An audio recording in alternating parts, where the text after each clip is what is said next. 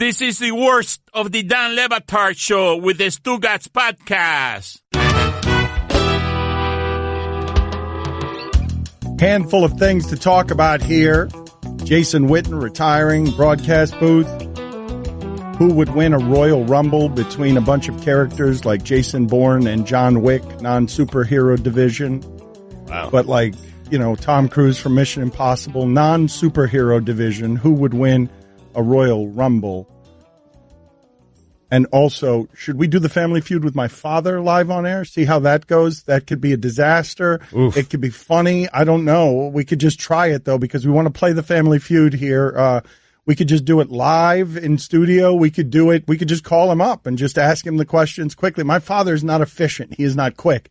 So that could be funny. If you're just joining us, we were playing the Family Feud in the first hour because who was it that challenged us to Family Feud? It was Golick and Wingo. They have challenged our show to the Family Feud. So, and they're dead serious about it. They think they can get this done. They think we can have both shows on an episode of Celebrity Family Feud. I'm all in on this idea. I think it's fun. So we had a bunch of arguments during the local hour about, because we can only be 5 of us. There can only be 5 of us. And then would it be a team of ringers with Pablo and Mina and Bomani? But Stugotz was saying that that's not a team. Well, Stugotz thought that would be a great team. The shipping container thought it would be too thoughtful and not enough in common with the 100 people surveyed.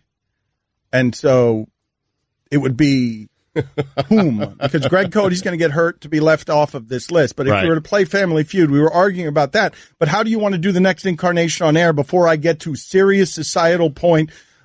Sports story in the Washington Post. Well, I think we have an issue with our show. We have 7 people, and I guess 8 if you want to include Greg Cody. And, you know, with the Family Feud, you can only have 5 on your team. So we have to cut out 3 people. And what we're trying to do is figure out which of the 8 of us, you know, of the 8, which would be the 5 best to form our team. And so that's what we're trying to do. So, I think we should just keep doing the speed rounds. We did interviews with Roy, Chris Cody, Allison, and Stugotz. And so far, the rankings are Roy was the best, Allison was second best, Chris Cody was second best, Allison was third best, and Stugotz comes in dead last. There's an asterisk on that because Allison, had she had the same opportunities as Chris, she gave the same answer, she would have gotten more points than Chris. All right.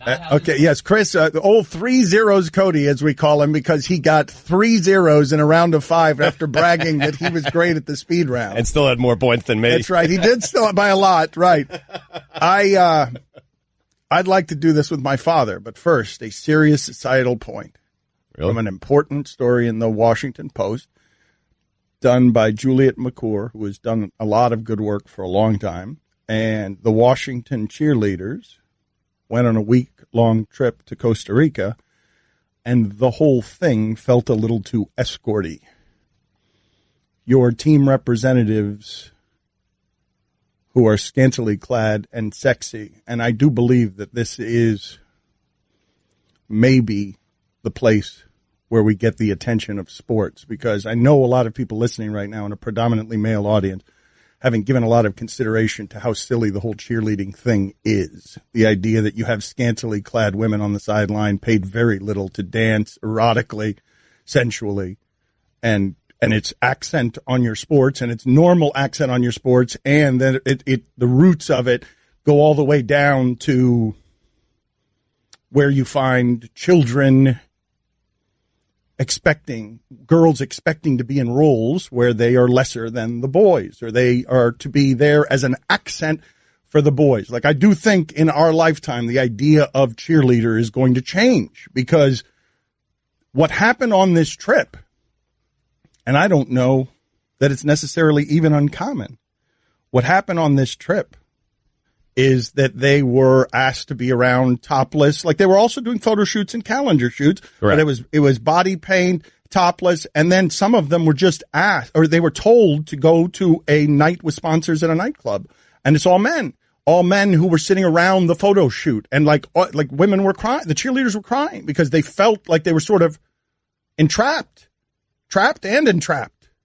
Like that they couldn't, that there was when women are crying because they don't want to do something and they have to do something to please men or the corporate environment, that's sexual harassment. Yes. They were required, as you said, to attend the nightclub as, I'm just reading from the story here, as escorts for some of the team's male sponsors. The cheerleaders did say there was no sex involved, but they did feel like they were being pimped out. Oh, no. Okay, I'm sorry. Yes, there was no sex involved, but the whole thing felt a little too escorty to be what professional football is representing. And then you've got that team, that logo, behaving in the way that privilege behaves. And those cheerleaders are paid very little. And I wonder what's going to happen with that. I think our audience right now is listening to me and being, oh, here he is again, social justice warrior. Now in 2018, we can't even look at women. We can't even have cheerleaders. I'm just telling you that this ring girl cheerleader thing that we've thrown into the meat cage of the barbarians, like this thing that we've had for a long time. Right. This is what happens when you feel privileged and entitled to that pretty thing being around you, dressed very, very, not wearing very much. Oh, wait, she's a cheerleader, therefore she must be here to serve corporate male sponsors. Right. And you mentioned they're not paid a lot for this particular trip, which was taken to Costa Rica with the sponsors. They weren't paid at all. They weren't paid at all for the trip. They were just asked to go and expected to do what they were doing. They're giving a trip, like they're giving a vacation. And look, that's part of the perks. You get around the money, you get around the power, you get around the sports, you get around the fame. This is an access to, you can become, the next Instagram model. You could become the next thing that gets discovered. Like, I'm not saying it's not an access strip to some of the things that all people want in climbing professionally. I'm just saying that we haven't given a lot of thought to this entire enterprise that has simply existed for 50 years on the sidelines.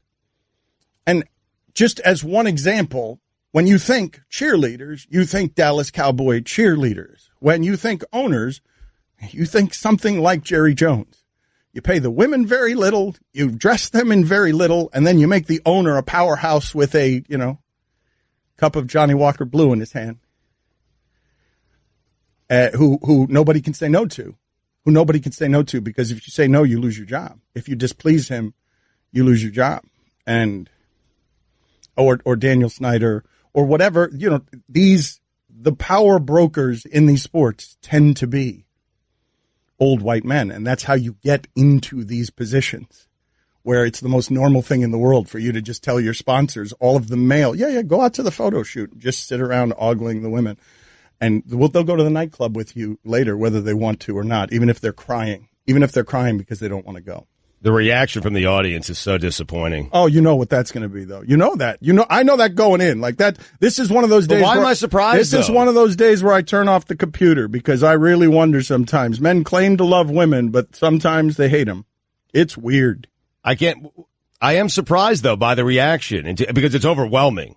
Like, come on, Dan, and, let's, enough. Like, can't we enjoy anything anymore? And it's just, I'm surprised by that reaction in 2018. I really am, based on everything that's happened in the last couple of years. You can't give men lechery and then try and take it away. You can't make it permissible and then try and take it away. Go ahead and try and do that. We tried. You see how Weinstein was fighting at the beginning? He was fighting. Oh, fight this. No one's going to, You can't give lechery away and then try and take it back without the lecher saying they're entitled to the lechery. Next. You're holding up the line, ma'am. What did you say? You're next in line for the water slide, ma'am. Feet forward and enjoy the ride. Okay, dearie. This does look fun. Whee! You melted me. I've melted. The Wicked Witch of the West on a water slide? Surprising. What's not surprising? How much you could save by switching to Geico. See what you've done.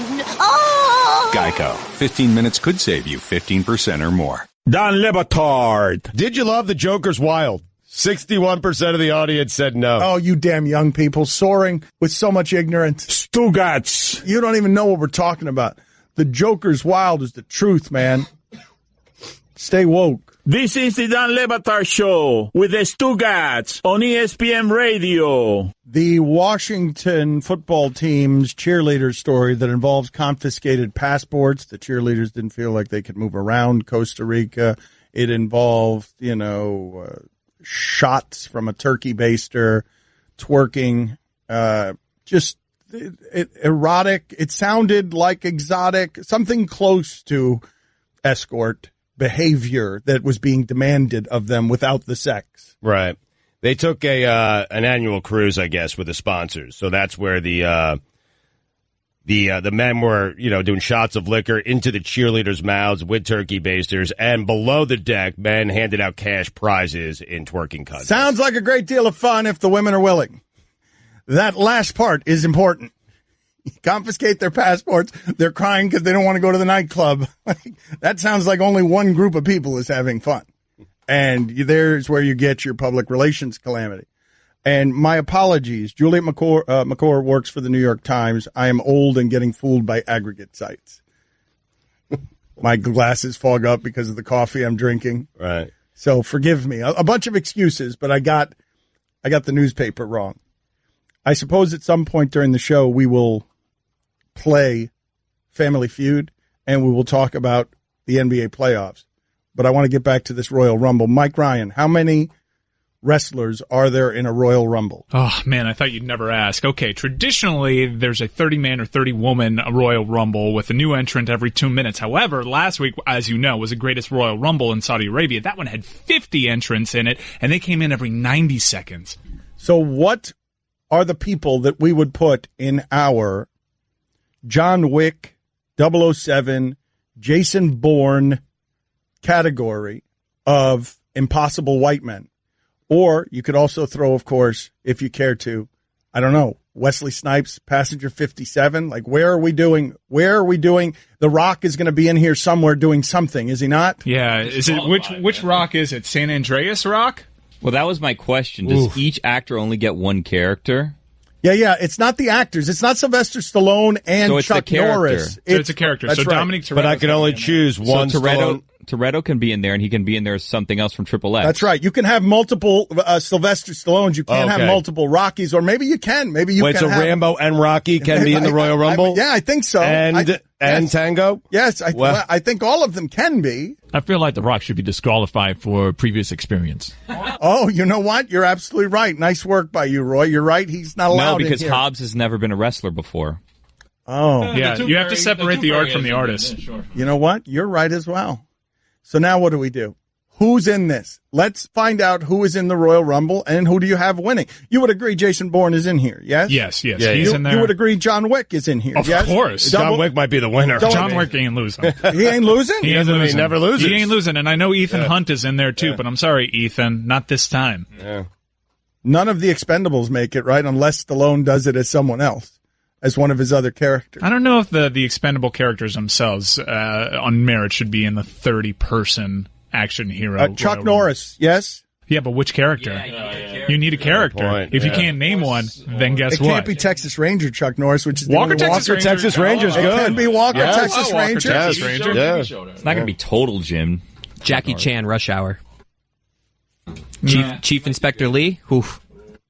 Are we doing just movies, or can I go Jack Bauer from TV? Ooh, now, because we did open Walker, Texas Ranger, Jack Bauer's got to be in there. Jack Bauer's in there. I mean, you put together whatever your list is. I don't care what the list is, but you guys are already declaring John Wick the winner. So now you need to get me people who are going to basically, we need the Rockets of this thing, right? Somebody who's going to challenge the Warriors. Basically, the only reason the Warriors haven't destroyed the league is because the Rockets give us reasons to doubt, and we know LeBron's team is not strong enough. But the Warriors are John Wick in this scenario. So who am I bringing in here who's bringing some doubt to the ring?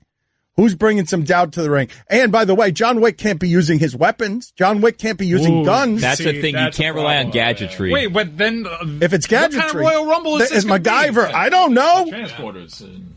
Transporters. You need somebody that fights with their fists? We need to establish weapons or no weapons. We do. Yeah, because that's John Wick's specialty. That takes John Wick out of it, right? It can't be weapons. No gadgetry. Okay, then no weapons, then no John Wick. Wait a second. How do you win this Royal Rumble? Do you throw your person over the top rope and both their feet have to land on the floor, or do you have to kill them? No, it's a Royal Rumble. Royal Rumble. You have to win. This isn't Celebrity Deathmatch. Yes, you have to be the one standing at the end. Okay, well, that changes things because keep in mind, like, I probably want somebody a little bit bigger that's harder to throw over the top rope. And remember, both feet have to land. If they're agile, they can do the trick where maybe only 1 foot touches and they can hold on to the top rope. But all these people are like 5'4" in real life. Tom Cruise Liam Neeson's a giant. Liam Neeson. Taken.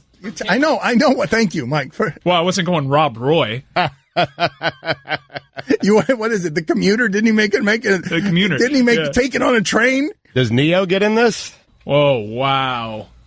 Oh, Martin Riggs. Well, the one from the Matrix. But is that close enough? Well, no, this is not a regular guy, though. This is a superhero. He's flying in the movie. Is he? But I thought, I really thought, what do you imagine John Wick would do if what he sees walking to the ring is Neo? That has to be very disorienting to John Wick. Murtaugh's in this. From the A-Team? Yeah, Murtaugh. No, from Lethal Weapon. That's fine. Oh, really? Yeah. No, Riggs. What was the name? I think I got it wrong, but I just went fossilized ancient on you. What was the name of the head of the A-Team?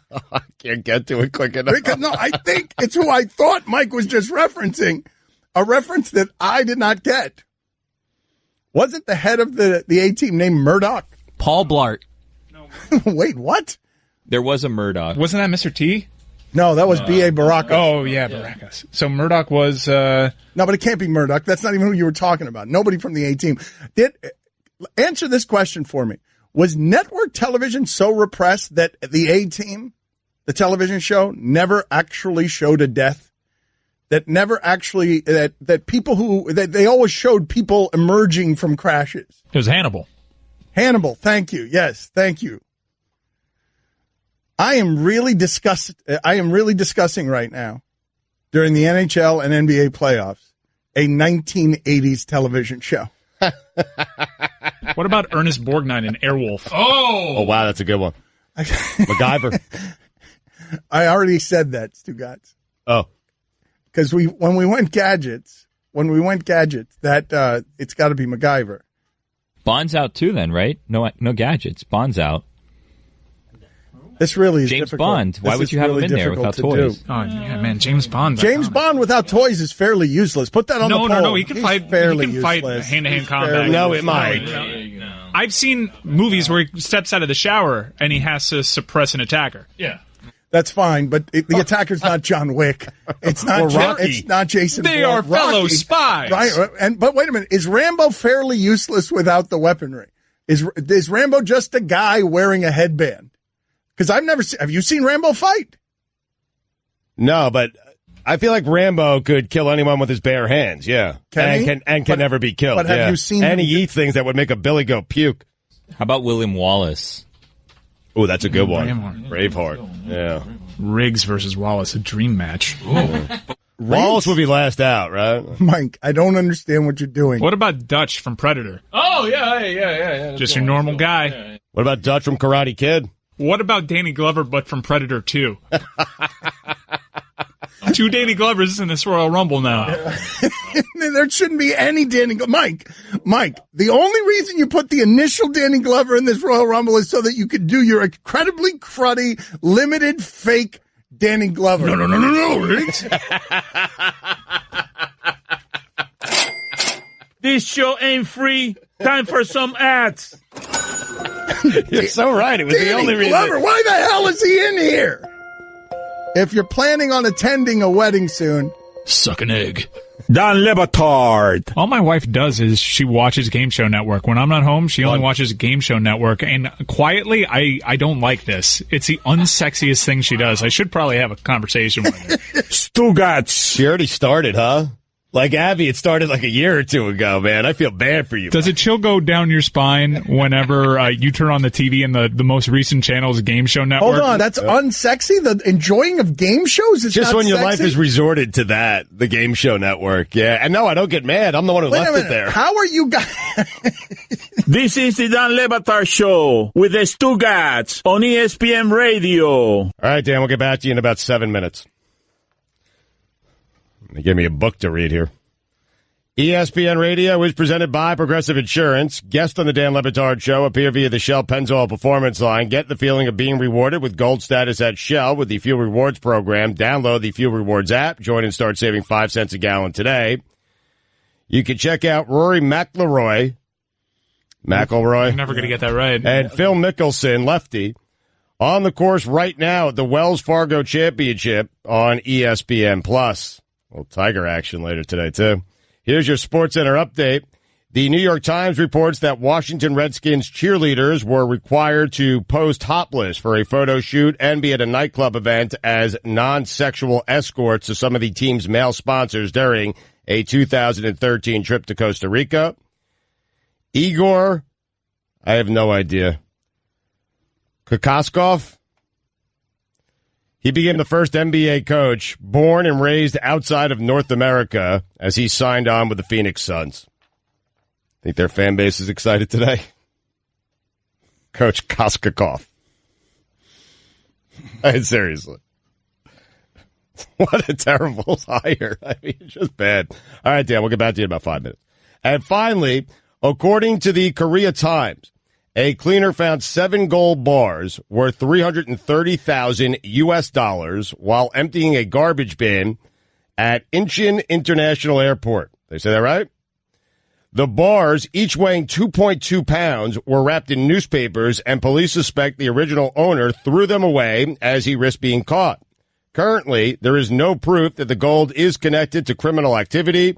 It was originally thought that the cleaner would be able to make a substantial claim on the goods. However, the airport has said the cleaner won't because working as airport staff and is a part of the cleaner's job to find lost things. No! Part of his job. South Korea operates a finder's keeper's law on goods that are recovered when there is no known owner.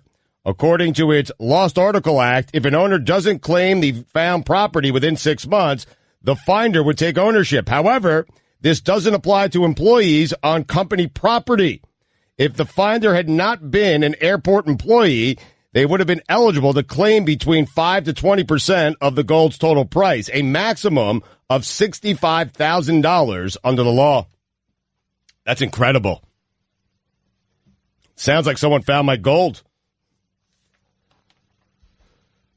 For the pros out there, next week is OSHA's Safety Stand Down. And we've teamed up with Werner to take a time out to learn about ladder and fall protection safety. Remember, falls are preventable. Go to WernerStanddown.com to learn more. That's WernerStanddown.com. For all the latest headlines and information, tune in the SportsCenter on ESPN Radio all throughout the day. I'm exhausted. Guillermo, put it on the poll, please, at Le Batard Show. Finders, keepers? Losers, weepers. Okay, fine. Put that on the poll as well. Losers, weepers. Question mark. So, Adam Schefter is reporting. Please help me understand this because I don't think that these things can both be so, but maybe they are. Adam Schefter is reporting that there are far more teams unwilling to pay Dez Bryant the league minimum salary than there are teams that would consider signing Dez Bryant. Also, the Ravens have offered, reportedly, 3 years, $21 million to Dez Bryant, and he's turned it down. What the bleep happened to Dez Bryant? Is it just foot problems? Is it what this guy's career, okay, went from being a total monster at Oklahoma State, but being one of the great, quote unquote, red flag character risks in the league. Jeff Ireland got in trouble for asking him, as the general manager of the Dolphins, if his mother was a prostitute. That's where his career began. I think he got Dez Bryant in trouble, or I'm sorry, he got Deion Sanders in trouble, or Deion Sanders got him in trouble, and there was some issues with his eligibility. And then the Cowboys had a babysitter for him. They had to hire a babysitter just because his home life, right. There were a lot of calls to his home and, you know, not arrests, but police being called to his home. Dez Bryant has been a problem in this league for not that long a time. And he used to be a number one receiver. And he used to be Tony Romo's number one receiver. And then Dak Prescott took over, and Dez Bryant stopped mattering the moment Dak Prescott took over. Yeah, and he's only 29 years old. I mean, it's not like he's old. Oh, he's not done, but I wouldn't say only 29 in that league. He's a big body. Like, they tend to break down the big body receivers. But Mike, this was fast. The last 3 years have been dreadful for Dez Bryant. But where are we? He has not been good. That's not up for dispute. He is not a number one receiver anymore. His production has fallen off in a way that all he is a name the Cowboys we're perfectly happy to get rid of, and that Adam Schefter now says more teams than not would not give him the minimum to catch footballs for them. And according to Pro Football Focus, they ranked him as an average receiver. Right. I mean, that's the combination, right, of the off-field stuff and the on-field production isn't what it used to be. If the on-field production was still good, there'd be plenty of teams lining up to sign Dez Bryant, but that's a bad combination. Trouble off the field and not very good on the field? Well, but someone help me understand how often. I know that the lifespans in this sport, the career lifespans are about 3 years. But Dez Bryant, from 2012 and to 2014, was a monster receiver. Yes. And that was 25, 26 years old. And while Mike's right, that's a big body, and you get close to 30, that game's going to ravage you. I'm still baffled by how quickly this happened, where Dez Bryant went from elite to average when Larry Fitzgerald and people like him do it for decade plus with the big bodies when they take care of themselves. Mike, this drop-off, though, happened 3 years ago.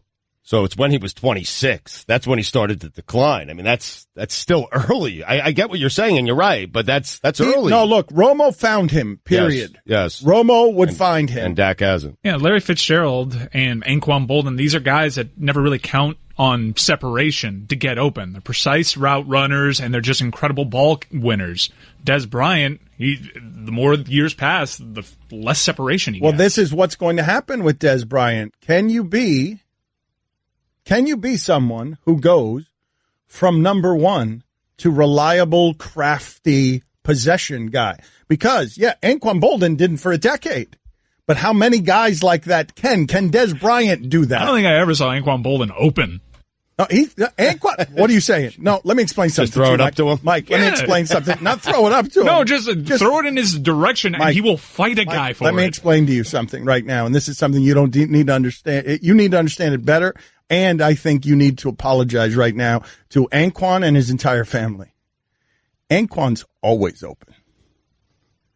Like, what do you mean you don't understand? I don't understand when he's covered.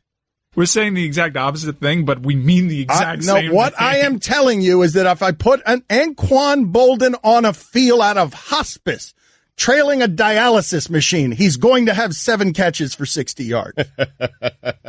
He's always open. And the only reason he doesn't have any more is because his quarterback's inaccurate. This show ain't free. Time for some ads. Broken orbital bone in his face in one of the worst collisions I've ever seen in an end zone. He was open. Yeah. Wide open. Caught the ball, too. Face exploded. Face exploded on the field.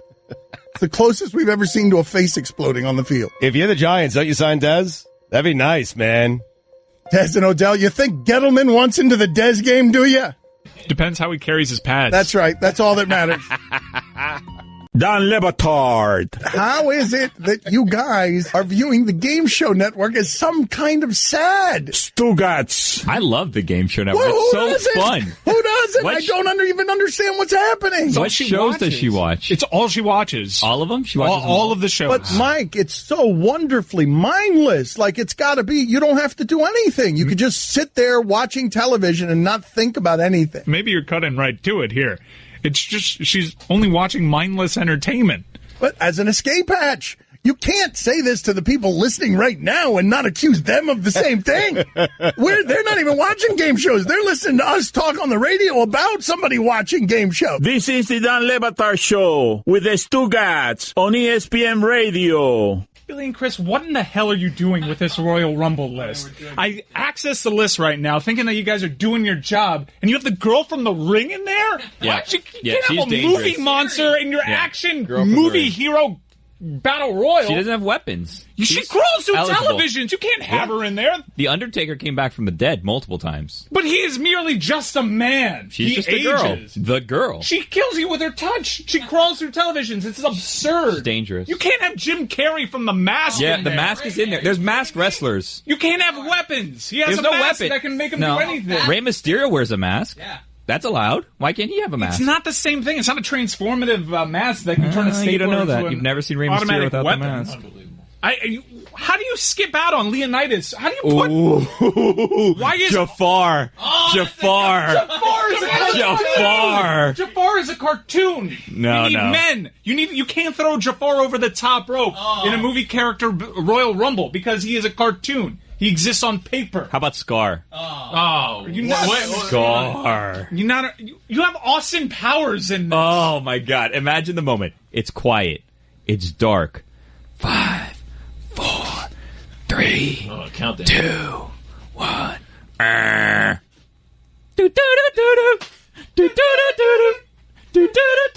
Austin Powers comes out. My God! What a moment! You can't have Austin Powers. You Why? can't have Austin Powers in the same Royal Rumble as Jason Bourne. How about Johnny English? Get English? destroyed. Mr. Bean? No, this is different people. You Johnny can't English. have Rowan Atkinson in a Royal Rumble. Do you find me groovy? Oh, he's going to get thrown. Are you just doing this as a gag? Because every Royal Rumble, like Hornswoggle will come out and they just throw him over the top rope. How about the guy from Austin Powers that throws shoes? Is that allowed? Oh, yeah. Who throws a shoe? Honestly.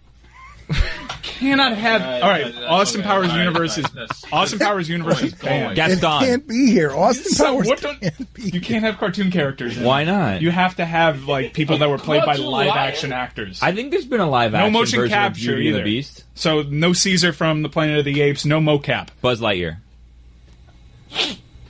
You have Indiana Jones on here. He's nothing without his whip. There you go. But or a whip gun. is not a gun. Are whips allowed? No, they're not allowed. Whips allowed. I mean, Okay, if but masks aren't allowed, whips aren't allowed. He's won fights with his hands. No. He has. Yeah. How many fights has Jim Carrey won in the mask with his hands? Are you kidding me? He never actually punched a He guy. could take a punch. He could jump behind a bar and avoid bullets. Yeah. But there are no bullets in this Royal Rumble. Yeah. So No there weapons. you go. Advantage him.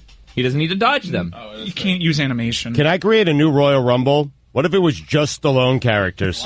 Oh, John Spartan makes it. Because You got apparently... Rocky, you got Rambo, Mike, you got Rambo, and you got John Cobretti. I mean, you got a lot of guys here to choose John from. Spartan. You do. And Lincoln Hawk over the top. Over the top. But that doesn't really help him with a rope. Although he has a fairly strong grip. Not going to let go of those ropes. No. Hard to put over. Yep. Who wins the Sylvester Stallone Royal Rumble? Well, I know that Throw Mama from the Train Stallone is going to be one of the people thrown immediately. Stop or my mom will shoot. Oh, That's a fine. same bleep. No, it's not. It's not. It's a fun. Yeah. Mama from the Train. Yeah. That was Danny. If you want the heroes from that movie, I believe it's Billy Crystal and Danny DeVito. That's a totally different Royal Rumble. We are so old. How about Slimer? Or the Marshmallow Man. The Marshmallow Man was good. Marshmallow Man's actually closer because it is a man. I have a quick question. Which of the Rockies? man. No, it is. It is. It's not a man. It's a Marshmallow Man. He'd be so tall, though. I don't think he'd fit in the arena. He's a marshmallow. Which of the Marshmallow Rockies Man. would you take?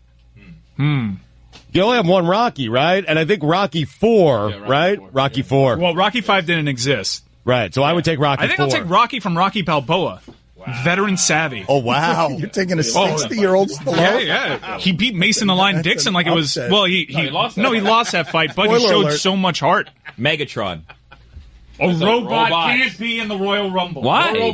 Because then I'm putting the T-1000 in there. Gargamel. What are you Come doing? on, Smurfs. What are you You have doing? Hank Gargamel. Azaria in the Gargamel. Royal Gargamel. Gargamel. Mm-hmm. What the? $2. Dan Le Batard. Stugotz.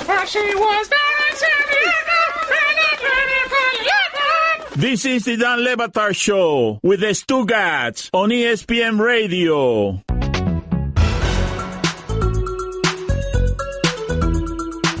Bob Ryan is exceptional on all subjects, basketball chief among them, but he could talk about anything. We'll have him analyze his tweets in a second, his own tweets. But first, let's do the stat of the day. Quick as you can, please, the shortest version so we can get to Bob Ryan. Start of the day, start of the day. It is the start of the day. Start of the day, start of the day. It is the start of the day. Start of the day, start of the day. It is the start of the day. Start of the day, start of the day. It is the start of the day.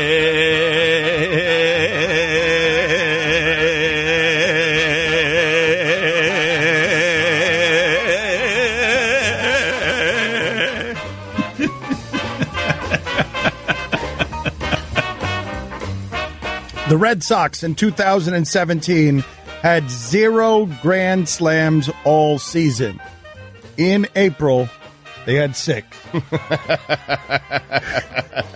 Baseball. Bob Ryan used to be of the Boston Globe. He's been covering sports for a long time. Let us begin with basketball, Bob. Thank you for making time for us. Can you explain to me, please, what specifically, as a basketball savant, what is Brad Stevens doing? Well, before we do that, I have to commend Papi for holding that note as long as Bobby Darin held that final note in Mac the Knife. Yes, he will appreciate that compliment and that reference. Okay, now, what Brad Stevens is doing is being himself. He was a kind of a Mozart prodigy, 36 years old when he was given this job with the Celtics.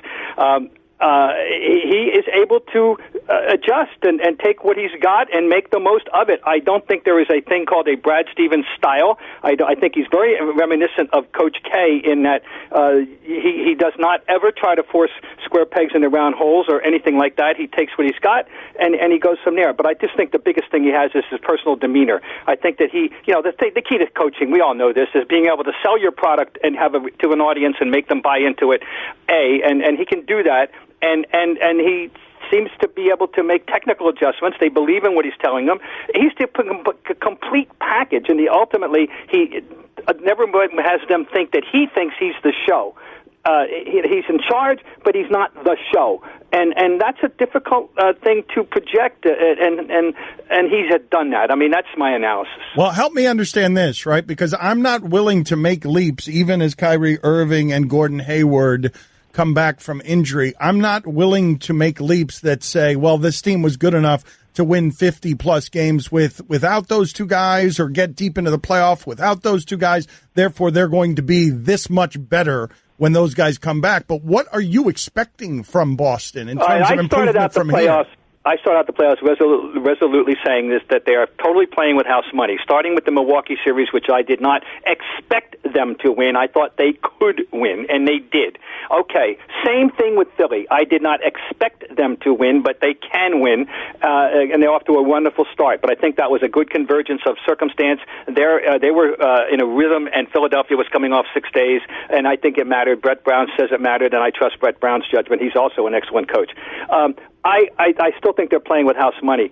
Well, here's one thing that's happened, though, Dan, and that is that Terry Rozier has emerged. Terry Rozier has taken advantage of his opportunity with Irving down to be the man, to be the starting point guard, and he is really playing high-level basketball. Now, when he was drafted, no one talked about offense. The only thing they sold the public, Danny Ainge sold the media and the public, this guy's got speed. Boy, he's going to be able to get up and guard somebody right away, and he's got speed. We love his speed. No one said anything about his offense in the NBA, and he's obviously done that gym work that we don't see. He dedicated himself. He's made himself into an offensive threat, as you saw Sunday with 7 threes.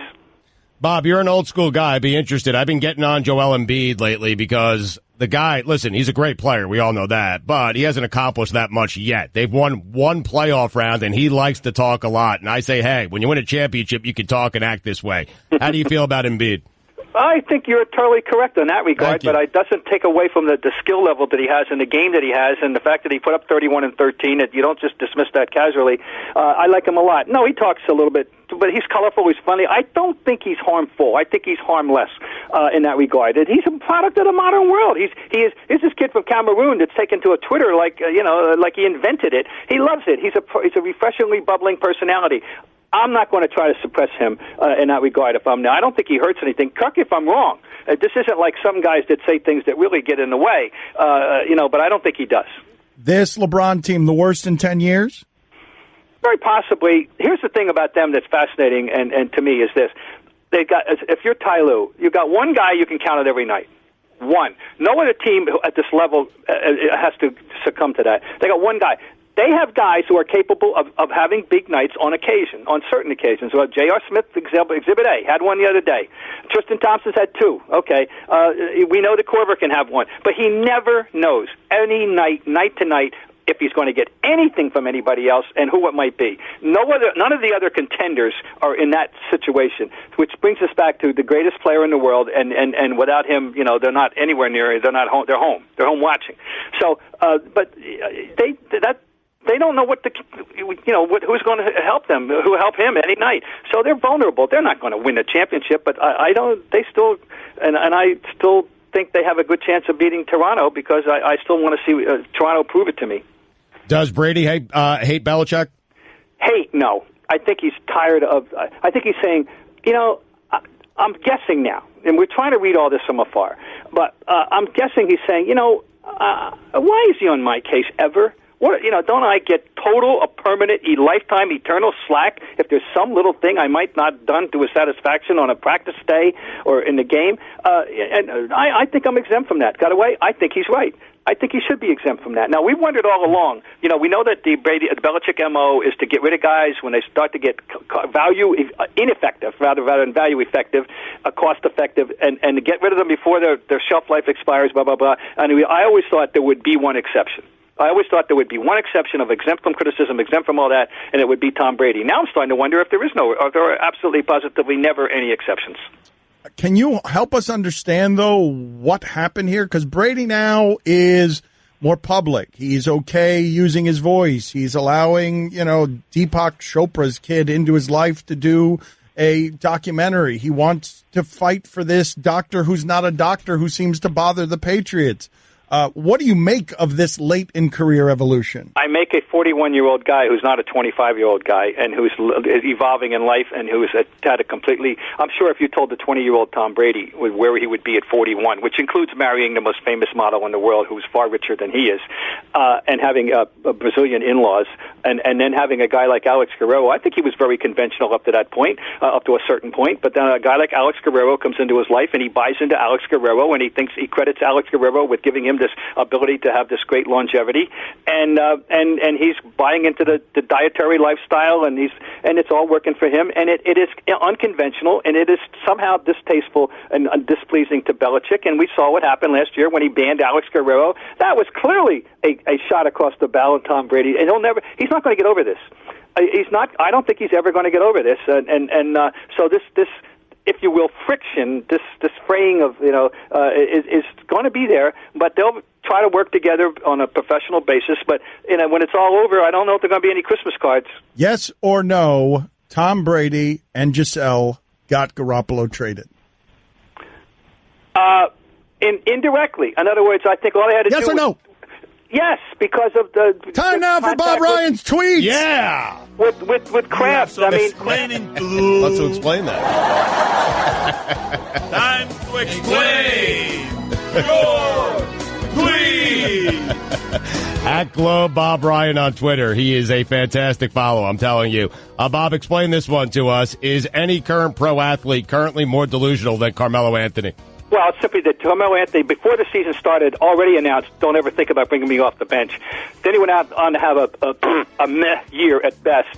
And he is what he is, which is an offensive player who could never be the number one player on a championship team, who was best served coming off the bench, hitting a couple of jump shots, and then sitting him down, let him watch the rest of the game. And he's utterly delusional. He thinks he's going to the Hall of Fame. If he goes to the Hall of Fame, then that voting panel should be stricken of its rights. He's not a Hall of Fame player. He's an offensive scoring stat compiler. That's what he is, and he thinks he's better than that. And I don't know if he is necessarily the most delusional of all pro athletes, but it was the current thing to do at that point in time. What was the sound that you just made in the middle of that analysis? Any Philly folk remember Zinkoff's tribute night when the doc presented him with a mink for the zinc? Yeah, I was there that night, and the great Dave Zinkoff, one of the handful of most legendary PR announcers. Well, he was probably maybe the most legendary PA announcer, along with John F. X. Condon in New York. I was there tonight. They they gave him a mink coat, and it was given to him by Dr. J, and he said, "A mink for the zinc." So I was there that night, and it was fun. Cut the crapola. Yes, it's hard to compare errors. Bill Russell, by far the best documented North American team sports winner. End of story. It is the end of story. Yeah, it is the end of story in terms of documented team sports winner. And he won, starting in 1954, he competed for championships every year at the collegiate or professional level and in the Olympics until 1969. And all those years, nice. He only lost twice. And the championship level twice, 1967 and 1958. And 58 he was hurt. So this is easy. Now I'll give you my favorite number. You talk about stat of the day, Papi. Here's a stat for you. 21 times in his professional career, starting in his junior year at San Francisco, including all NCAA games, all Olympic medal round games, all NBA best of fives, and all NBA best of sevens. 21 times. Someone's going home tonight. Someone's going home. It's a winner-take-all game. Bill Russell's record in the winner-take-all games, 21-0. Yes! Yes. My case. Yes! End of story. Yes, cut the crapola, Bob. Last one. Very quick here, okay? Heard Chet Baker on 2 different Sirius XM stations within an hour this AM. This is why I make the investment. That's right. I'm a devoted Sirius XM guy, and among the many reasons I do it are the opportunity to have things. Where else are you going to get that? Where else are you going to hear Chet Baker twice in an hour in 2 different stations? The answer is nowhere. Sirius XM. I'm a devoted person. They should hire me as a spokesperson. Thank you, Bob. We'll talk to you tomorrow. I want to talk to you again tomorrow. Not tomorrow. I want to talk to you tomorrow. We'll talk to you tomorrow. Bob. All right. Bye. Look, I don't dance now. I make money moves. You're off tomorrow. Good luck with that. I'm a one-trick pony. Literally. I show up at kids' parties and act cute. That's pretty much it. So excuse me for being bitter. When Geico says not only could we save you money on car insurance, but we do more. Like give you 24/7 access online, over the phone, or even via our award-winning mobile app. Well, ooh la la. Aren't they multi-talented? Hey, I said organic carrots. Geico. Expect great savings and a whole lot more. Dan Le Batard. Dan has it. Oh, my God. No, this is a Bomani question. Mavis Staples, go.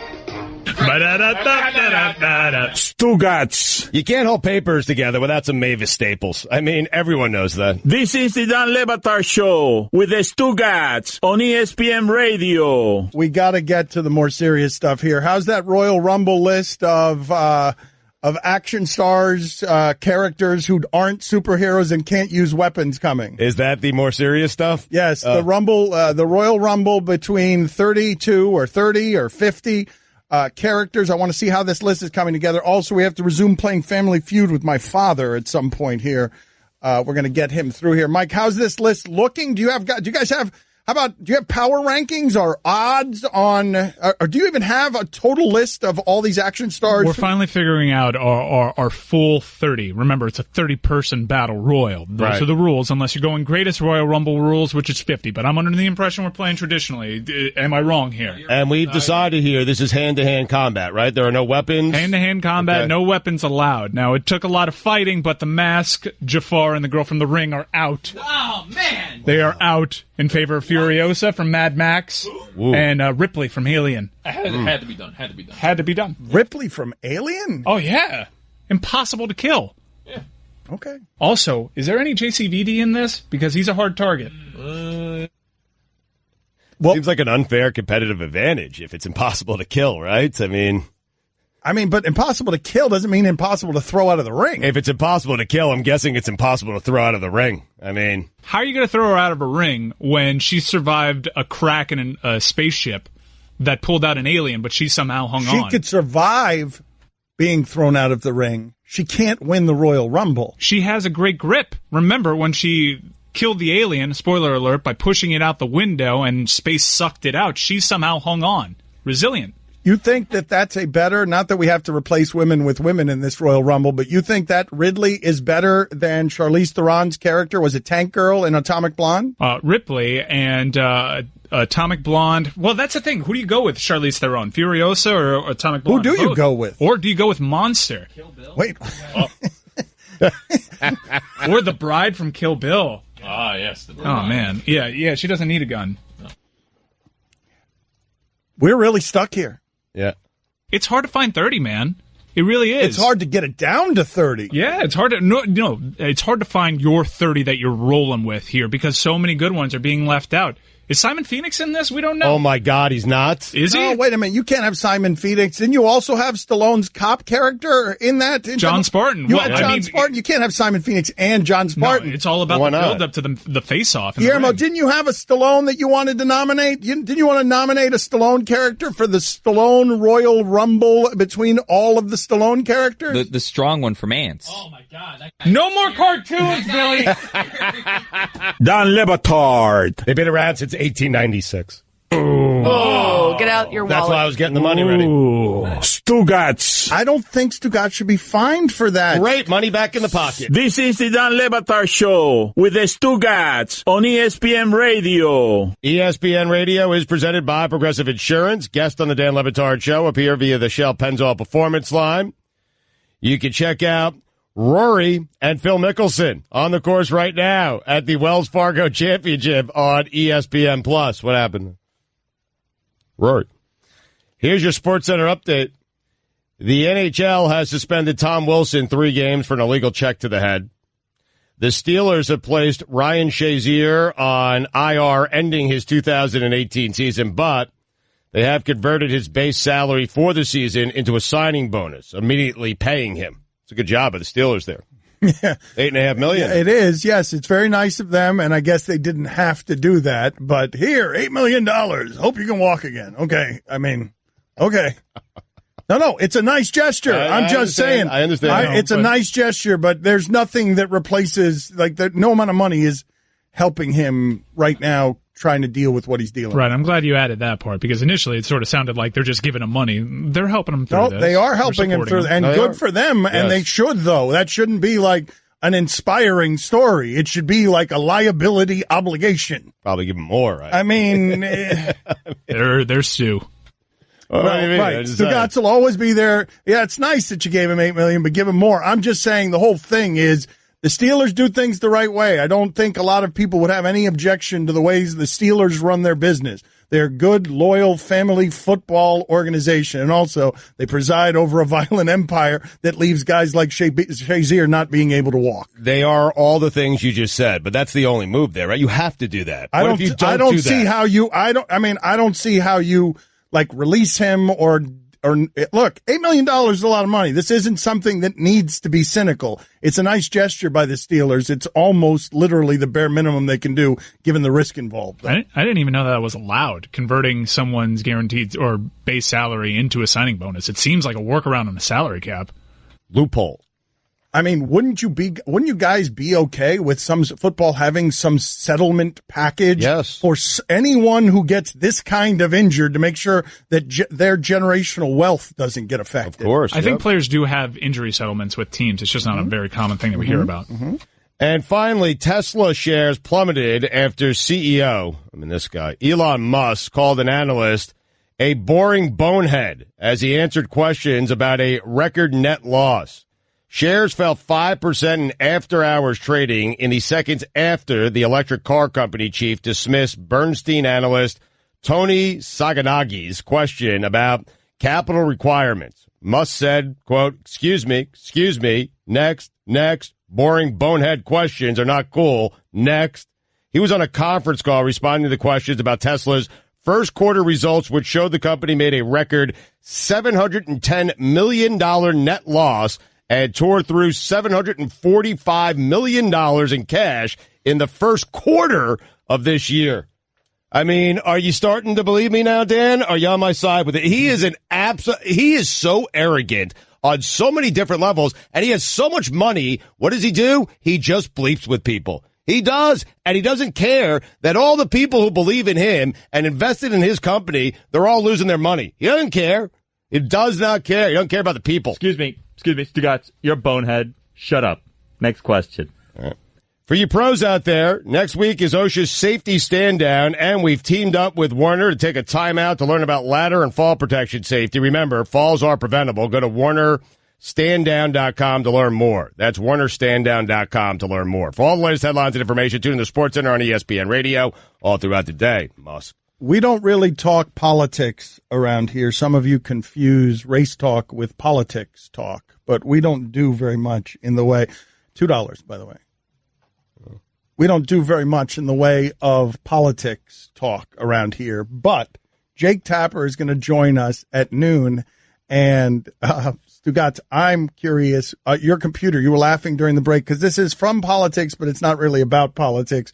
What was the back and forth tweeting that you were laughing at during the break? Markio. I don't know what just happened there. Marco Rubio. I would say it's you're generally bad at reading, I would say is what happens there. I merged the two names. You'll understand why in a second. Marco Rubio tweeted out. I understand. Okay. Although written by intern at Politico, this article is a reminder of how difficult it can be to discuss public policy in political press. Not only did I not back down on tax cut, I doubled down and added detail for rational support. Monica Lewinsky replies, blaming the intern is so 1990s.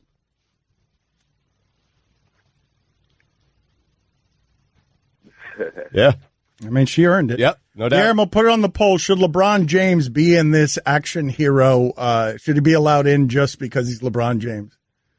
I just put it on the poll. He'd win. I mean. Put it in the action hero Royal Rumble. Should he be in the among the 30? No, he can't be. Kevin Durant was in Thunderstruck. He can be. Is Patrick Swayze in here? Roadhouse Patrick Swayze is gaining a lot of traction on social media. Maybe we can find a spot for Roadhouse Patrick Swayze. However, this pushes out Bodie Patrick Swayze. Wow. Oh, wow. But hold on. Roadhouse Sam Elliott might also be a guy that we should consider. You need to pick one from Roadhouse. I mean, Sam, no. Sam you gotta Elliott. go the person that ripped out a trachea. I understand he's the mentor. He taught him everything. But you can't have two Roadhouse characters in a Royal Rumble of 30 action stars throughout history. Wait, so you're saying I can't have Ralph Macchio, the Karate Kid, and have Johnny Lawrence? I can't have both? What's the movie that's going to have both Riggs two? and Murtaugh are Oh, in for there. the love of God. Rocky Drago, Rocky Apollo. I mean, he did this with bleeping Simon Phoenix. And John Spartan. Yeah. No, you can't. We have to have a one limit per movie. All right, so who do you go? John Spartan or Simon Phoenix? Wow. It's impossible. No, it's not impossible. Simon Phoenix loses at the end. Spoiler alert. Spoiler alert? Jeez, man. Oh, Dan. It's not impossible. You got to go with John Spartan. You have to. Do we have rankings yet? Do we have a power? That's not how a Royal Rumble works. No, but I want betting odds before the end of the show today. There are two things that I want to get accomplished Again, here. not how a Royal Rumble works. This is what I'd like to do before 1 p.m. Eastern. They are the only two goals I have in my life before 1 p.m. Eastern. One is to have a power rankings of the top 30 Royal Rumble action characters of all time. The other is to play Family Feud with my father. Nothing else matters. Okay. I mean, if you want to talk about this pitcher for the Mariners who wasn't allowed to go for 20 strikeouts last night, James Paxton, we can do that. If you want to talk about did Utah get back in it, we can do that. Well, they did. One more time for Ricky to return, too. Yeah. Have you guys seen before, Darren Ravel tweeted about this, have you guys seen before the Donovan Mitchell play in that game where a guy follows his own mist at that size and dunks in a way that terrifies you as a rookie? Like Donovan Mitchell, Rick Pitino said, needed to come back for an extra year of school. And Donovan Mitchell last night on that play looked like prime Dwayne Wade. It was just ridiculous. I'm sorry. I'm stuck on the Pitino. Right. Rick Pitino thought he should come back to school, and I thought that he did something last night I don't think I've seen before. You know, Wade is a good player comp for Mitchell. I do see a lot of Dwayne Wade in that game. Well, the ability to explode quickly, what startled me about that play and not having seen it before is that Houston is very good at defense. I don't know who was on the floor, but do you know the play I'm talking about where Donovan Mitchell, yes, it's just a floater and there are big people in the lane, and then the next thing you know, he's gotten up faster. The thing, Charles Barkley, this is always interesting to me, this sport physically. Charles Barkley is not very tall. Charles Barkley is about 6'5". When you stand next to Charles Barkley, you don't think to yourself, man, this guy led that league in rebounding every year. How could that be at 6'5"? And it's because his butt is where your neck is. Like his whole butt, the way that he boxes out, if you see Charles walk, the physics of that, physically, how high his butt is, Donovan Mitchell's got something. Russell Westbrook's got something that makes him fast twitch faster than other people. He gets up. Dwayne Wade had this. He gets up 2 and 3 times in the time that other people are coming down. That's what Daryl Morey was telling us yesterday. Within 3 years, that doesn't bode well for Andrew Wiggins. Within 3 years, on Donovan Mitchell. Like if he doesn't get hurt, that dude, you could see it right there. Rick Pitino thought it needed another year of grooming. We can all see for ourselves. No, and he's not even the reason they won last night, although he does control everything when he's in there. Ingles was the reason they won last night. Hey, well, I can't believe I'm saying that, but in a series that has all these guys, he was incredible. He made every shot. He's a really underrated player. I can't really wrap my head around why he's underrated, but he is. Why is he underrated? Does anyone have any good? Does anyone have any insight? Because I believe this is life's greatest mystery. Second is, why are we here? First is Inglis for Utah. Why do you underestimate him? We tackle that conundrum unsuccessfully next. Bailo, sell high. Time for some ads. Australian. Did you underrate Kyrie Irving? Australia. Carlos Boozer. Ben Simmons. Mario Chalmers. Women are so much better than men. Boxed in. Wasn't Mario Chalmers from Alaska? That's a fun. Here's an example. Your wife gave birth to, I think Boozer was from Alaska too. I think I just confused Australia and Alaska. Here's an example. Your wife, she gave birth to your children. Get her a bouquet, man. It's almost literally the least you can do. She gave you children. Buy her some flowers, man. Boozer was from Germany. Yeah, fine. Again. I don't think that's right. Did you get anything right there? Put it in the internet. No, look it up. He's from Germany. No, he is. He is. Is Kyrie from Australia for real? Yeah. I don't believe that. I mean, what am I supposed to do with you two? Just telling me that's not right when I'm looking things up. I mean, how? How do I... You're like an 80-year-old who saw an article on Facebook and swears by it. I thought that was something that I knew, that Carlos Boozer was from either Alaska or Australia. I thought I didn't have him going born through in Germany. Okay, I don't. Why am I associating him with Alaska? Somebody help me out, because when That's I do Trajan Langdon, Yeah, another Trajan dude. Langdon. Him the too. Alaskan assassin.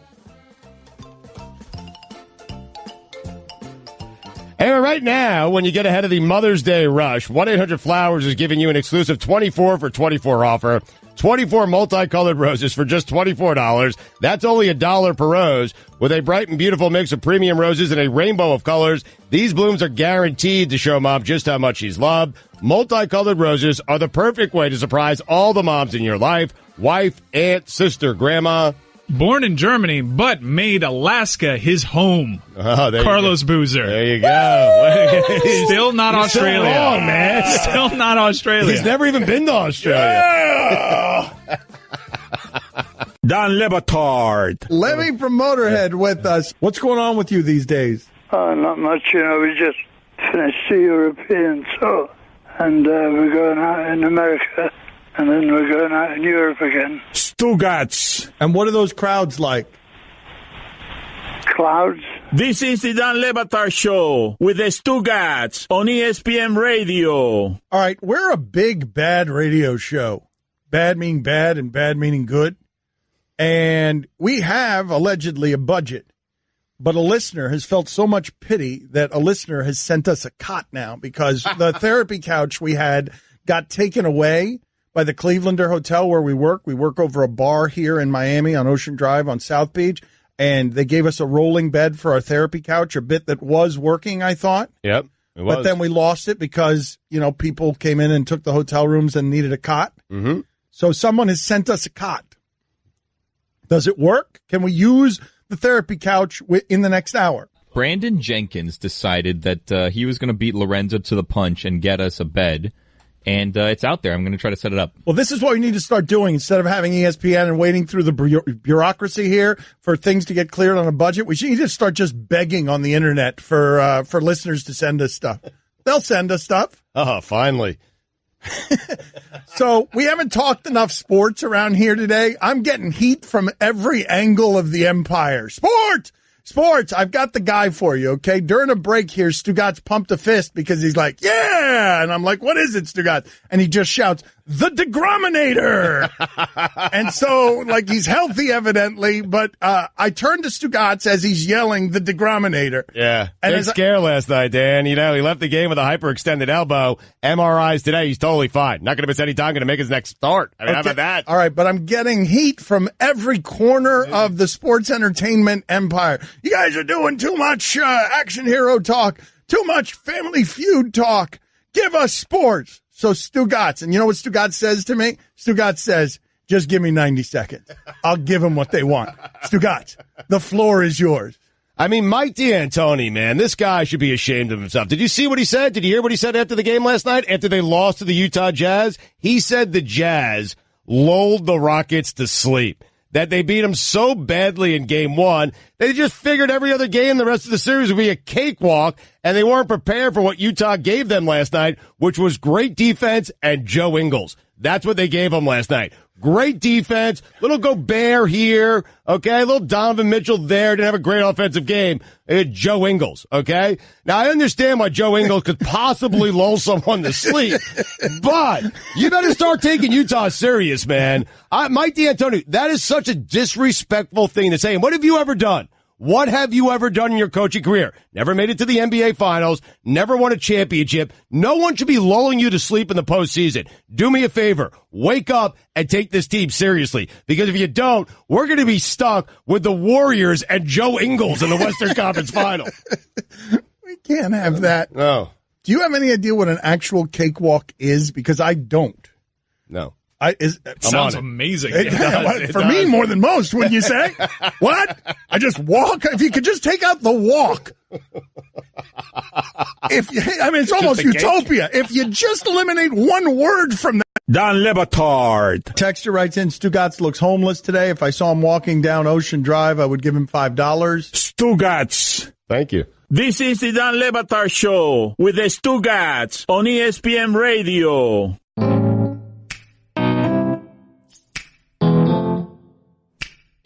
ESPN Radio is presented by Progressive Insurance. Guest on the Dan Le Batard Show appear via the Shell Pennzoil Performance Line. Jake Tapper expected to be there in just a couple of minutes. Here's your SportsCenter update. Serena Williams has withdrawn from the Madrid Open to prepare for the French Open. An arrest warrant was issued for Jets receiver Robbie Anderson after not showing up for his reckless driving arraignment. And finally, your Stugotz of the day. An Ohio man who was convicted of robbing a key bank in Cleveland returned to the branch the day after he was released from prison and repeated the same crime, according to federal prosecutors. Yeah, I would do that. It's hard to find what happened there? It's hard to find a bigger fan of you than Mom. Reading happened there. Why do you keep getting... I'm just laughing at the story. Did you hear that story? But why do you keep getting surprised? Did you hear that story, man? Robbie Anderson, young Jet wide receiver. So much promise. An arrest warrant. I'm just tired of this team. I'm done being a Jet fan, man. It's not fun anymore. Anyway, it's hard to find a bigger fan of you than Mom. This Mother's Day, show her just how much you appreciate all of her dedication with 24 multicolored roses for just $24 from 1-800-Flowers.com. To order, go to 1-800-Flowers.com. You click the radio icon, you enter code Dan. It's that simple. For all the latest headlines and information, tune in to SportsCenter on ESPN Radio all throughout the day.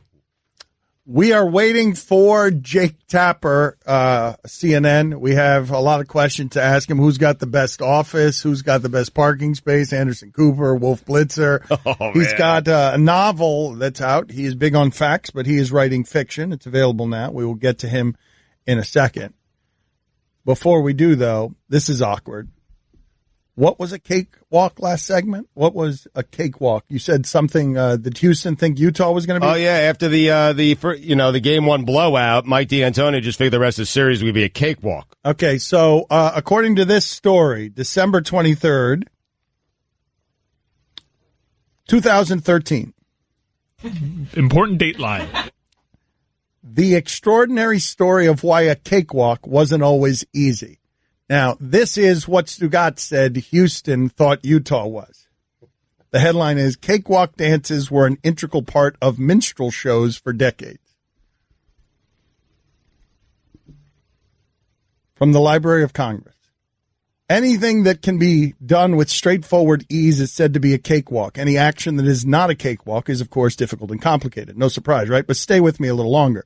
The cakewalk was a pre-Civil War dance originally performed by slaves on plantation grounds. The uniquely American dance was first known as the prize walk. The prize was an elaborately decorated cake. Hence, prize walk is the original source for the phrases takes the cake and cakewalk.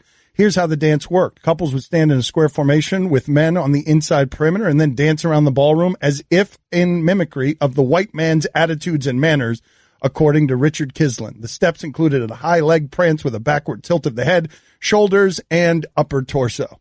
Plantation owners served as judge for these contests, and the slave owners might not have fully caught on that their slaves might just have been mocking them during these highly elaborate dances. What are you doing, man? What do you mean, what am I doing? So it takes the cake also. I'm just telling you what the facts are. What are you getting mad at me for? I asked you, what's a cakewalk? I don't know what it is. Right. Oh, thank you. Where the hell's Tapper?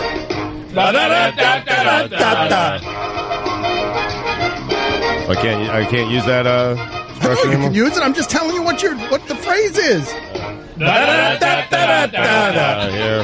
I rummaged through the bucket. All right, so that is the music for a $25,000 pyramid. If it's not $25,000 anymore, I don't know. The $100,000 pyramid. Congratulations to Patrick Beverly's mom for winning giant prizes on The Price is Right. Yep, she won a fleet of cars, a lot of money, and she hit the dollar on the wheel. It wasn't a fleet. I think more than one makes it a fleet. What? All right, put it on the poll, Guillermo. Does more than one make it a fleet? She won a trip to Madagascar as well. The Magic Crate of Content. Everything stops when the Magic Crate of Content music plays. If you had to get rid of one body part, what would it be? Wow. One body part. Easy? Guillermo. Easy. Earlobe. But that's not, is that a body part? Have you it has a name. It's a part. It's a name. Ear. No, it's an earlobe. Have you thought about this before? That was a very quick answer. My right ring finger. Wow, you're getting rid of a finger. What? No, finger's a terrible answer. No, but wait a minute. You can't lose just an earlobe. You've got to lose the whole ear. The body part is the ear. It's not the earlobe. Earlobe. It has a name. No. Okay, cool. Then fingernail. How about tooth? A tooth. Well, is that? Is that a body we have to make part? this harder. Is it? Put it on the poll. Wow. Yeah. What? Put what on the poll? Is a tooth a body part? All right. I wasn't thinking teeth. I was thinking more mouth. You can't lose a mouth. No, sure you can. I'm with Mike though. A mouth is more a body part than a tooth. Yeah, mouth is far more of a body part. No, lips are a body part. Mouth is a void. Wait a minute. Hold on. Help me you out. Lose your lips, you're gonna look a little weird. But if it's a part of your body, is it not then a body part? If it's any part of your body, but if you say earlobe, Billy, then Mike can come back with fingernail. That's fine. Lose a fingernail. One of your chins? What? Oh, wow. I didn't mean yours. I just meant someone who has multiple chins. I didn't mean Dan's. That's not fair, man. Why? It's much funnier if you meant mine. It's much funnier if that was directed at me. Why would you apologize for that? I felt so bad. I was looking you dead in the eye. I mean, you're going away for a nice little, vacation, couple of days off here. I don't want to send you to the weekend like that. I felt terrible. Wasn't talking about that. If you say tooth, it has to be all your teeth. Where the hell's Tapper? Oh. Next segment, apparently. Oh, really? Tapper, huh? Let's get to the power rankings on our Royal Rumble here. And where do we stand on playing Family Feud with my father? Waiting for him to show up. Okay. So what are the power rankings here? If you're just joining us, this is what we were talking about. We were talking about non-superhero division, the action stars and the history of the movies and television.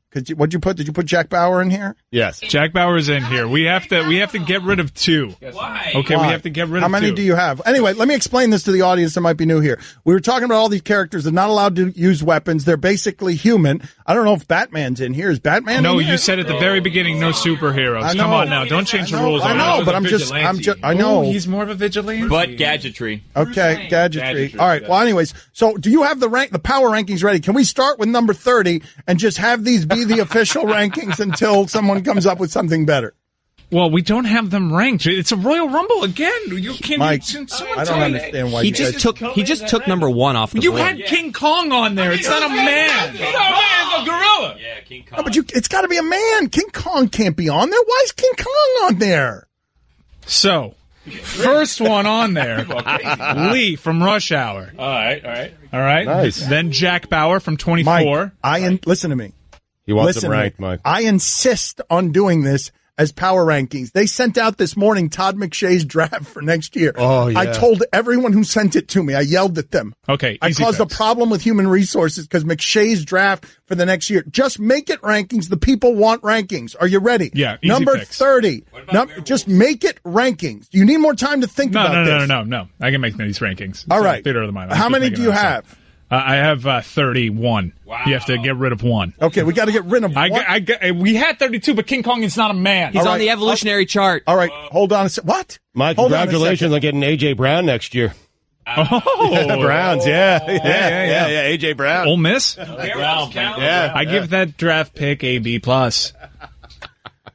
Let's go ahead and do this. This McShay, did you just find out that the new McShay draft is out? Yeah, it's glorious. But here's the thing. He has the Browns picking at 11. I know. At 11 means they're going to be decent. Wow. So now you got the bonus of McShay also telling you how the season's going to go. Yeah, I have the Jets picking 4th. Yeah, all right. So number 30. Who does he have picking first? Buffalo. Yeah. And they were so high on Josh Allen. But he wasn't, right? Yeah. That's why. That's why he's got Buffalo picking first, so he can be right. Okay, number 30, Sean Armstrong from The Nanny. Where's the fanfare? Give me a second. Austin Powers isn't on this list? All right, number 29, John Shaft. Number 28, Furiosa, Mad Max. Good one. Deserve it. It's going to be very hard to keep track of this if I keep dancing out of order. I don't even know what number I'm on anymore. All right, Roy, why don't you move over there and handle the fanfare for Mike so he can 27, Snake Plissken. Right. Oh, nice. Escape from New York. Nobody knows who that is. 26, Simon Phoenix, Demolition Man. I don't think that the young audience knows who. Put it on the poll, Guillermo. Does anyone back there know who Snake is? Do you guys know? No. All right, what number are we on? 26. Paul Blart, Mall Cop. What? The mask isn't on, but Paul Blart is? Next is Mike Lowry. Now we got James Bond. No! Gadgetry! Neo! Wow. Neo wins. John Rambo. Low ranking for Neo. John McClane. Wow. Ethan Hunt. Limited fake Ellis. No, was that Hans movie? Does anyone know who John McClane is? It's one word. Die Hard. I John only know how to say one word? McClane. McClane. Cameron Poe. Really? Hobbs. Dutch from The Predator. Now, Jason Statham's character in The Transporter is Frank Martin. However, I actually have Frank Martin, college basketball coach. Oh, that's good. That's a good one. I like that. Yes, deserving. He might win. Just his rage. Yeah. And Fezzik, that's Andre the Giant in The Princess Bride. He has experience. And John Wick. That's number 29. We lost track. That was not 30. All right, and the Frank Martin from The Transporter. Okay. So 2 Frank Martins. All right, we need a new list before the end of the show. That one stinks. Thank you. Bailo, sell high. Time for some ads. I mean, technically, you can go Thunderlips, too, right? We had Ghost Dad on there, but can no longer do that. No. Jake Tapper is going to join us next.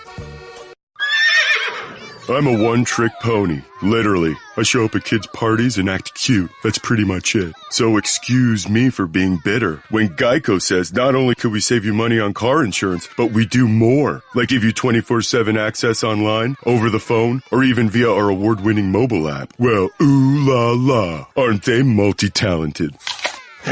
Hey, I said organic carrots. Geico. Expect great savings and a whole lot more. Don Le Batard. Man, you have no journalistic responsibility. Stugotz. Yep, and I love it. This is the Don Le Batard Show with the Stugotz on ESPN Radio. Jake Tapper going to join us in just a second here on the Shell Pennzoil Performance Line. If you missed it. Maybe. Oh, we don't know? I mean, Allison is having a bit of a meltdown. Okay. Over Jake bleeping Tapper. She really likes him, too. So when you get Tapper. excited to have a guest on and you fight to have that guest on, it's just a bummer. Oh, wait. I did. Oh, we have him on the phone. All right, Tapper's there. Okay. You happy about that? If you missed any of the show, you can listen to all 3 hours of the show On demand in the ESPN app, plus our Miami-only hour that airs before the show, and now you can subscribe to our Best of podcast. It's all available in the Listen tab of the ESPN app. So he's got a debut novel. He is a facts guy, but this is fiction. The Hellfire Club is available now. Jake Tapper with us on ESPN Radio. Let's start here, and thank you for joining us. We appreciate it. What the hell happened to the network anchor? Like, what happened to the guy you grew up watching, the Dan Rathers, the Cronkites, the Brian Williams, the Brokaws, the Ted Koppels? What the hell happened? Well, Brokaw and Brian Williams, that's a whole separate issue. But what do you mean? Like, why are for the last 10 years, you know, when you do surveys of most trusted newsman, what comes back is like Jon Stewart, comedians, because of what has happened to television news. And so I'm asking you. I think there are a lot of reasons. Obviously, you know, who Cronkite was at a time when there were only 3 sources of network news. Also, it was a time when there wasn't the criticism of media that we have today and the questioning of media that we have today, which, by the way, I don't think is an unhealthy thing. But I don't think I mean, it's just a completely different era. When I started at ABC News, I'm at CNN now, but when I started at ABC News, it was Charlie Gibson and Diane Sawyer in the morning, Peter Jennings in the evening, and Ted Koppel on Nightline. You know, none of them are anchors anymore. Things just have changed. The network's broadcasts have certainly changed, and if you're a news junkie, a lot of people don't wait until 6:30 at night to watch the news. They have cable on all day. Change for the better? In some ways for the better, in some ways not, I suppose. I mean, I think that the idea of there being many voices and the media institutions being challenged is good. But I also think that the erosion of trust in the media is a significant issue. Some of that is self-inflicted wounds. Some of that is, you know, political parties trying to attack to make hay, whether it's the Hillary Clinton campaign attacking the New York Times or President Trump attacking everyone except for Fox News. That part, I think, is absolutely damaging, and the media really needs to do what it can. Reporters need to do what we can to rise to this moment and regain that trust. Again, Jake Tapper's got a debut novel, The Hellfire Club. It is available now. I don't know how he found the time to do that. Writing is very painful. Jake, help me out with something. Who has the best parking spot and the nicest office? Anderson Cooper or Wolf Blitzer? Well, Anderson's in New York and Wolf is in D.C. So I don't even know if Anderson drives because he's in New York City. But having seen his office and Wolf's office, I have to say Anderson has a nicer office. I imagine that Wolf's office is also messy. Is it messy? I just imagine that it's messy. No, it's not? No? It's very clean. It's very clean. I had him as sort of a hoarder. And he has a nice office. It's just that Anderson has a window. And at the D.C. Bureau, the offices are internal, so we don't have windows. So that's really the main reason I would give Anderson the edge. I have been told here by informed sources. Let's play this Eli Manning clip real quick, because Eli Manning and the Manning family, they are notorious pranksters. Let's give Jake Tapper a minute to think about the greatest prank that he has ever pulled while listening to Eli Manning talk about the pranks that he pulled. We've done some good stuff to our strength coach here, Jerry Palmieri. He has a 1990, van that he still drives. And a few years ago, we got his keys to his van, went in there, and we got some little confetti with maybe an inappropriate picture on it. And we just got bottles and bottles of it, and we poured it into his AC vents. Of course, the car is off, but we, turned the car off, pumped it, the AC on, so when he gets in his car, it's just gonna, blow out all this confetti. And of course, he gets in there. It's 90 degrees outside, and that confetti flies all around. And he said even to this day, that was probably 5 years ago, even to this day, every once in a while, a little piece of confetti will flutter out of the AC or see it on the floor. So that was a pretty good one that went over well. Jake Tapper's greatest ever prank is? Well, I'm not really a prankster, but when I was in high school, we snuck a fake yearbook ad into our graduation yearbook, our senior year yearbook. it was a full-page ad, and it congratulated the school. And then if you knew to do this, if you remember Mad Magazine fold-ins? Yes. Yes. Yeah. So if you knew to fold it in, which you wouldn't necessarily know, but if you'd been tipped off, you folded it in, it was a giant male appendage formed, and then it said, "For all the BS, eat this." So that's probably the last. Tapper, that is well done, Tapper. Tapper, you are a high school rebel. You are crazy. Yeah. That was really honestly the last prank I pulled. All right. To be honest. Right. Well, then you became a news anchor and all Right, that. Right. You can't do that. Things got serious. The Hellfire Club, again, it's his debut novel. Why tackle this one? It sounds very challenging.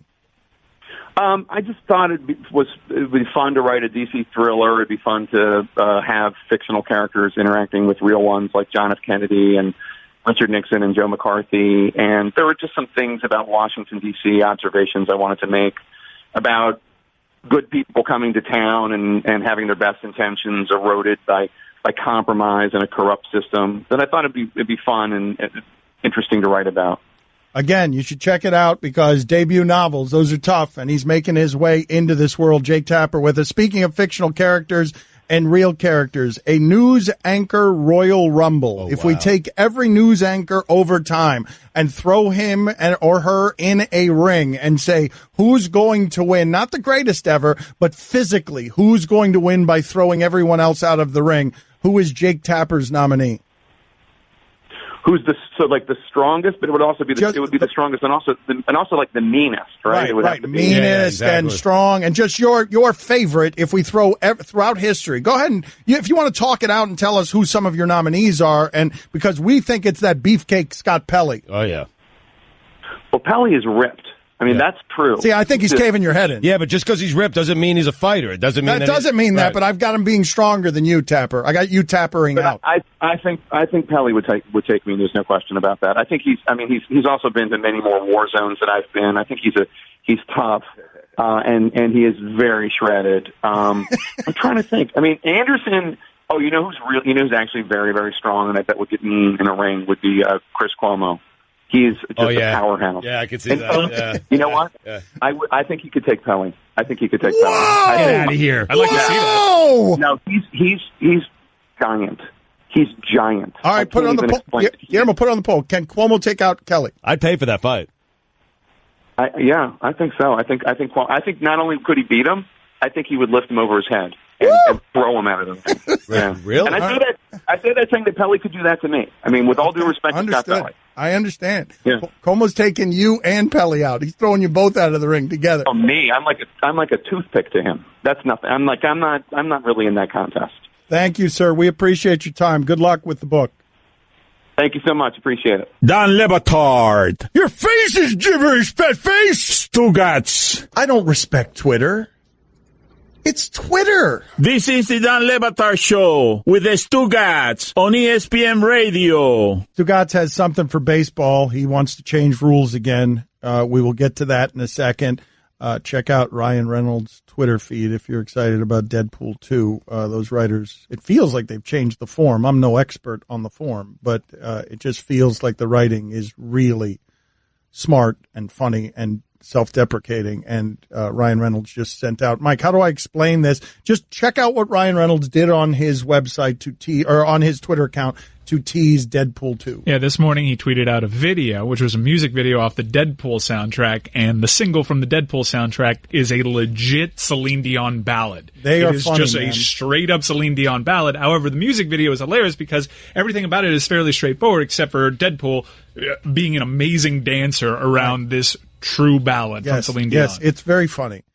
But before we get, though, to Stugotz and what he has for baseball, let's just check in with our, I guess, consensus Royal Rumble news anchor division, this Cuomo guy that many of you on this show may not have known if you're not following politics, but may have been introduced to him because of the way that he journalistically really held to the fire LeVar Ball. He know he got them shoes, and I tell you what, behind closed doors, I think he got them on his feet just dancing. Are they? And you know what song he's singing? What song? Thank you, thank you, thank you, thank you. That is not a real song. That's what song he's singing. See, that is how Cuomo. He's going to be great as the wrestling heel, right? As the news anchor wrestling heel. That is not a song. LeVar Ball is just trying to sell shoes and sing on television, man. We don't need your integrity around this, Cuomo. He know he got them shoes, and I tell you what, behind closed doors, I think he got them on his feet just dancing. Are they? You know what song he's singing? What song? Thank you, thank you, thank you, thank you. That is not a real song. That's what song he's singing. Cuomo. Yes, that is courtesy of CNN. Stugotz does not want the degrominator batting. I don't want pitchers batting, period. I don't. Never have, never will. Like, get pitch. You know what? You have a sport, Dan, where there are two leagues and the rules are completely different for both leagues. Where in the AL you have a DH and in the National League you have pitchers who are batting. I pay my pitchers. I don't pay my pitchers. The Wilpons pay their pitchers to pitch, not hit. Jacob deGrom, the Mets have got off to a good start. They're a half game out. They're not playing as well. The staff is a little bit in disarray right now because Matt Harvey is not any good. He's a fake ace, and now he's coming out of the pen, and so we can't afford to lose another guy. And last night we almost lost another guy, Jacob deGrom. Not because he was pitching, because he was batting. And that cannot happen. Jacob deGrom is paid a lot of money to pitch baseballs. Jacob deGrom is a very good pitcher. Dare I say one of the best pitchers in Major League Baseball. Jacob deGrom should not be doing anything else that might potentially put him in harm's way. And that's what Major League Baseball is doing with pitchers right now. Because he hyperextended his elbow. Not pitching, batting. I don't want pitchers batting anymore. Okay. I'm telling you, it's a terrible job by Major League Baseball. They need to fix it now before someone gets seriously injured. And luckily for deGrom, MRI came back because normally that's a 6-week injury. But deGrom got an MRI this morning, and he's fine. He'll make his next start. So the Mets got lucky with the deGrominator. But you never know, Dan. It could happen. Imagine that happens to Clayton Kershaw, and all of a sudden he gets hurt batting instead of pitching. How outraged Dodger fans would be. Imagine that, because it's going to happen one day. And baseball needs to change the rule. That's it. Can Ohtani hit? He's the only one. Yeah, that's fun. I mean, he's good at hitting. Arrieta can and hit Bartolo Colon. He can hit as well. All right. So it's Colon and Ohtani. In your personal record book, baseball needs to change the rules. Let's just mark it down, everybody. 12:38 Eastern, 52 seconds, 53 seconds. Stugotz has declared it. He has decided that today is the minute that this rule has to change. He has decided today is a good day to make this a sports radio topic of should the leagues have different rules and should the designated hitter be uniform. In my personal record book, Babe Ruth never hit. He did. He was just a pitcher. You can't be both. You're a hitter or you're a pitcher, and Babe Ruth never hit. He was just a pitcher. It's why he's not in my top 20 baseball players of all time. It's just not. My personal record book. He's not. He's a pitcher. He's certainly not a top 20 pitcher of all time. But imagine, Dan, if hitters pitched. Can you imagine? Even Mike Trout. And also Mike Trout's out for the year because he was pitching a baseball. That happened to Canseco. That's a thing that actually happened. He got injured throwing a knuckleball. Pablo Sandoval, I enjoyed watching him pitch the other day as the third baseman for the Giants. I learned that was a thing. He came in a Rangers game down 15-4 or 15-6 and got a 1-2-3 inning, 3 infield grounders. How do you get hurt throwing a knuckleball? I know. Well, because you're Canseco. His finger fell off in a poker game. Remember? Like you're a knucklehead. I don't know, right? Look, man, Canseco's career needs a 30 for 30. Just the career. I'm talking about a home run bounced off his head. He was the biggest star across sports, not named Michael Jordan. He was stealing, a million bases and hitting the ball 1,000,000 feet, and an entire clinic was being poured into his ear of performance enhancers during every offseason. So you're saying 30 for 30 just on Canseco, not Bash Brothers, not that A's team. I would watch a channel devoted to just Jose Canseco. I'm on it. I'm not even kidding you. He is insane. There was an insane person running sports for a while there. Dating Madonna. I'm telling you, Canseco goes in my pantheon right up there with Tyson on most interesting people I've ever heard of in sports. Yeah, because he was Gronk before Gronk. Right. Getting pulled over with a bunch of goats and diapers. Right. Goats and diapers. Asking people on Twitter to bring a chandelier to his house because he was trying to decorate it. But you don't agree with me on this? Sending his brother to a boxing match and his twin brother to fight for him in a boxing match. He's going to ask for so much money for you to do this. He can't get enough. Can't get enough. Imagine if Eli Manning also played middle linebacker. Are you still over there? You still want to do? I'm with Stugotz. I'm with Stugotz on the idea of I don't want to watch people be bad at something. That's not why I tune into sports. I don't want to watch DeAndre Jordan shoot free throws, and I don't want to watch John Lester bat. Right. Who of the quarterbacks, Mike, would be the best middle linebacker? It's a great question. I think Roethlisberger. Cam Newton. Oh. It's not a great question. It's a terrible one. Just like everything you did this segment. Bailo. Thank you. Tell hi. Do designated hitter talk. Dan, I don't like it, man. Designated hitter talk. So if you eliminate the pitchers, how are you going to get the games to be shorter? When you got more guys? That's not my problem. That's baseball's problem. I already gave them my idea. Just shorten the season. 100-game sprint. That's it. The second the NBA Finals are over. Bye. See you. Sprint to the finish. 100 games over the summer, and we're done. Don Le Batard. Did you know that Jose Canseco's finger fell off during a poker game? We did a good show today, man. 68% of the audience said no. That's all we got today. Is that all? Our job is done. Stugotz. That's a quality program we put together. Good job, everyone. This is the Dan Le Batard Show with the Stugotz on ESPN Radio. We normally update the polls here, but I don't think we have very many of them today. And we are this day is going to end in disappointment if my father doesn't walk in here in the next 6 minutes to play Family Feud. But he's become more and more of a diva. I'm not even making this up. He will snap at producers. My father, the fame, such that it is, crappy celebrity that it is, has gone to his head. And my father, I've told you before, right? 1:15 when we start taping, 1:15 Eastern, my father declares that he's going upstairs to poop. It's an alpha move. He could do it at any time. He does it right when we were starting. Billy and I have noticed the same thing with your dad. He used to be like, "Oh, can you read this for us?" "Oh, sure." Now it's like, My mother was hammering him the other day because he was saying that if he needs to make any appearances from now on, he's just showing up a few minutes beforehand and he's staying for a little bit of time and then he's leaving. My father gives zero bleeps at this point. He's yelling at executives, and it's an old person, and somehow it's charming. I mean, the apple doesn't fall far from the tree. This tree's face would be furious and heavy if I hadn't removed one of the chins from that joke before. I wasn't talking about you, man. I thought I made that clear. Where is my father? I want to play Family Feud with him. He just rolled in and he said, all right, what? Thank you. Finally. Can I just update two of the polls real quick? Yes, please. Okay. All right, but get your questions ready. You ready, Guillermo? Because we're going to have to do this rapid fire as the diva shows up. Celine. I'm running late. Yeah, you're running late. All right, just grab a seat there. Mike, I'm going to update two polls real quick because I know you guys have been waiting on this, okay? Papi, don't curse, okay? Here we go. At Le Batard Show on Twitter. Finders keepers? 88% of the audience said yes.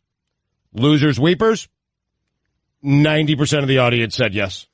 All right, Papi, so we've got 4 minutes here. You know how to play Family Feud, right? You're not, you're a funny man, you're a smart man, you've got a master's degree in engineering. Yeah. But you're sometimes not a quick man, quick on your feet. Do you like Family Feud? Do you like Family Feud? Harvey is my guy, right? All right, He's Steve Harvey's the guy. And by the way, we're doing this because the Golics have challenged us to the Family Feud. Okay, Papi, do you remember the original host of Family Feud? Do you remember his name? No, I don't remember. Richard Dawson. Okay. Oh, Richard Dawson. Yes, okay, you remember him. You liked him. I like him. He kissed women on the lips all the time. That's right. That's right. All right, so let's go ahead and play the Family Feud. Do you want to go first or second? We're a team here to see how many points we're going to get. So wait, you have to leave? I go first. All right, I've got to leave here, so you got to do it here with him. Okay. Got it. Perfect.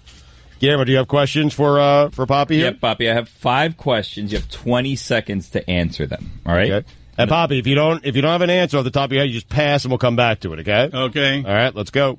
All right. First question. Name something on a calendar. A number. Name something horses do. They run around. Name something you do only on sunny days.